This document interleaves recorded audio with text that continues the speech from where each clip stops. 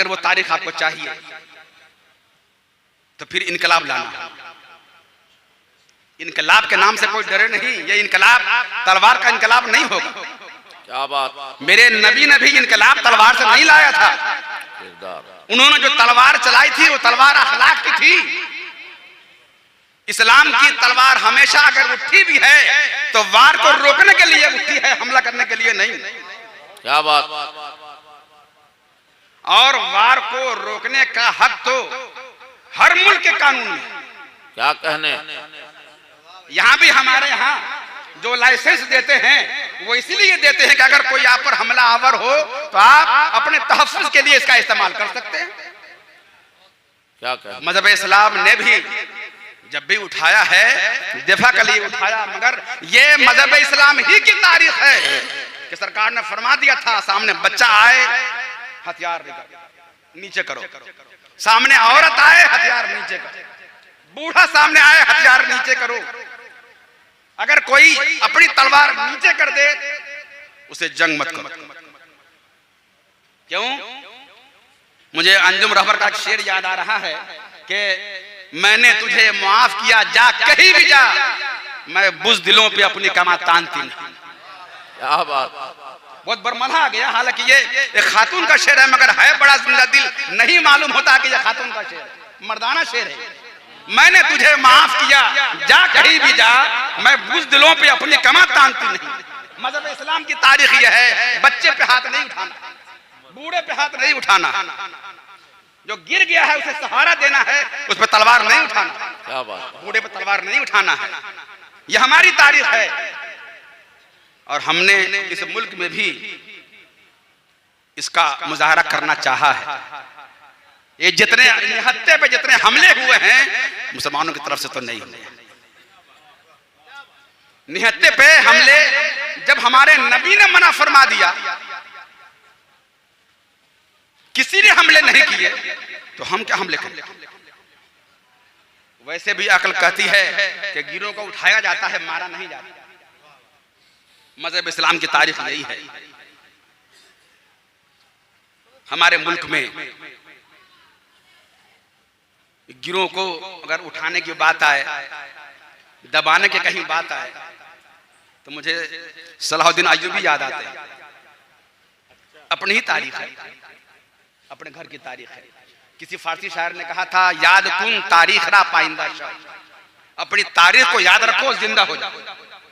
तारीख जिंदगी देती है, तारीख जीने का हौसला देती है, तारीख आदमी को सरफराज करती है। आप क्या हैं आपको यही नहीं मालूम।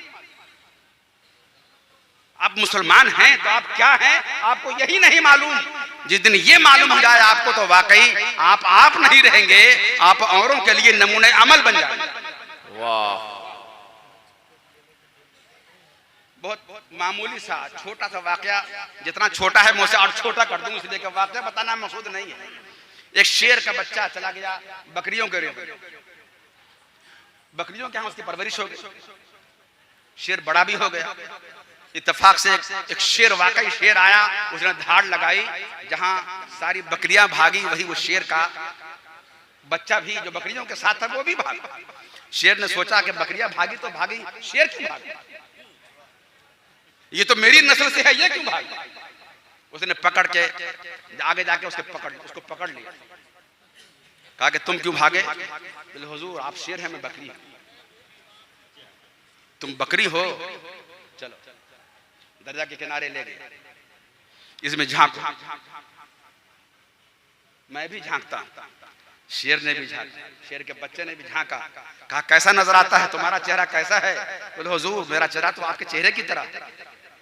तो फिर अब जैसे मैं धाड़ता हूं उसी तुम भी धाड़ो, तुम भी वैसे ही आवाज निकालो। शेर ने धाड़ा, उसके बच्चे ने भी वही आवाज निकाली, कहा कि अब तुम बकरी नहीं रहे तुम शेर हो गए। यानी अगर माहौल वैसा मिल जाए बुज़दिलों वाला तो आदमी बुज़दिल हो जाता। माहौल अगर मिल जाए हौसलों वाला तो आदमी हौसलामंद हो जाता। आप अपने आप को पहचानिए, आप जिंदा दिल हैं, आप बुज़दिल बना के पैदा नहीं किए गए। ना आप जालिम बना के पैदा किए गए हैं, ना आप बुज़दिल बना के पैदा किए गए हैं। वाह, जुल्म करना इस्लाम का शेवा नहीं है और बुज़दिली भी इस्लाम का शेवा नहीं है। आपको निकलना होगा उससे, आप उससे बाहर निकलना। जिंदगी जिंदा दिली का नाम है, मुर्दा दिल क्या खाक जिया करते। आपको जिंदा होना होगा और ये जिंदगी कहीं से भीख नहीं लानी है, आपको अपने अंदर से निकालना। क्या बात, जिंदगी अंदर है, ये चिंगारी अंदर है, आपको हवा देनी है, ये चिंगारी लग जाए।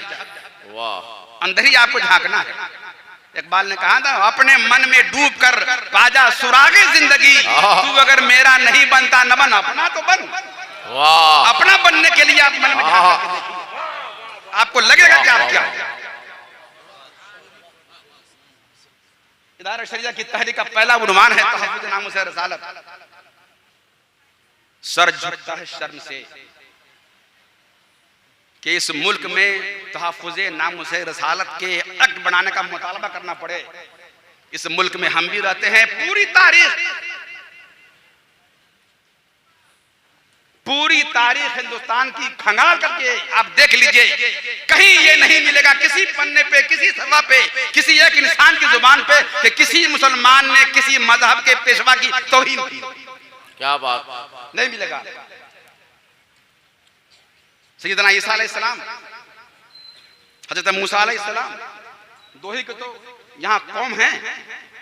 हजरत मूसा की कौम यहूदी, हजरत ईसा अलैहिस्सलाम की कौम ईसाई। मगर कभी मुसलमानों ने न हजरत ईसा अलैहिस्सलाम की तौहीन की, न हजरत मूसा अलैहिस्सलाम की तौहीन की, न इस मुल्क के रहने वाले जो अक्सरियत में जो अफराद हैं, वो जिनको अपना पेशवा मानते हैं, किसी मुसलमान ने कभी उनकी तौहीन नहीं की।